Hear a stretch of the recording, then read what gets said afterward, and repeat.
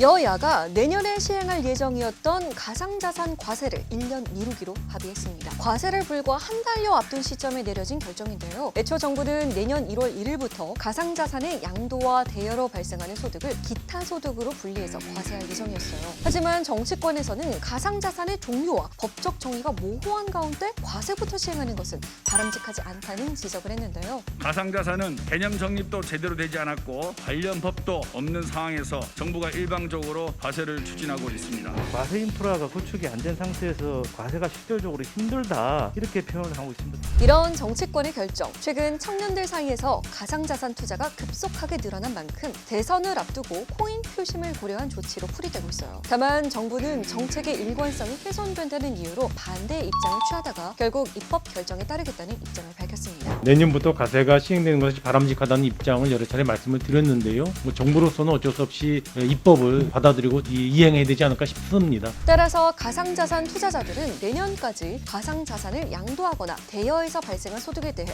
세금을 내지 않아도 되는데요. 이후 2023년부터는 기본 공제 금액 250만 원을 넘는 가상자산의 양도, 대여 소득에 대해서는 20%의 세율로 세금을 내야 합니다. 하지만 국내 거주자의 경우 매년 5월에 직전 1년치 투자 소득을 직접 신고하고 세금을 납부해야 하기 때문에 실제 세금 납부는 이듬해인 2024년 5월부터 시작된다고 합니다.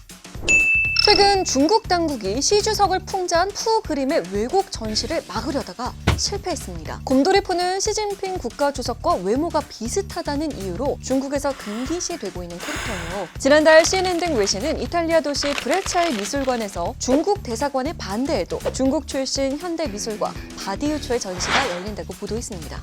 바디우초는 현재 호주에 거주하는 현대미술가인데요. 평소 중국에 반대하는 내용의 작품들을 선보이고 있어요. 그는 브레치아 시립미술관에서 진행되는 그의 회고전에서도 시 주석이 등장하는 곰돌이푸 그림도 전시할 계획이었습니다. 이 소식을 접한 이탈리아의 중국 대사관은 브레치아 시장에게 이메일을 보내서 전시회를 취소하라고 요청했는데요. 하지만 브레치아 시청은 미술관 측과 상의를 하고 전시회를 강행하기로 결정했어요.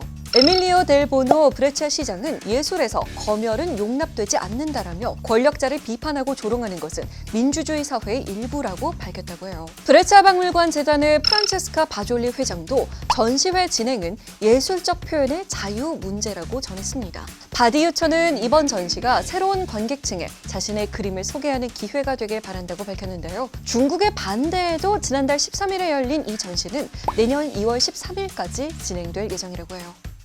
여러분, 오늘은 12월 첫날이었죠. 잘 보내셨나요? 이제 1년의 마지막 달인데요. 우리 한번 잘 마무리해 보자고요. 구독과 좋아요 잊지 마세요. 안녕!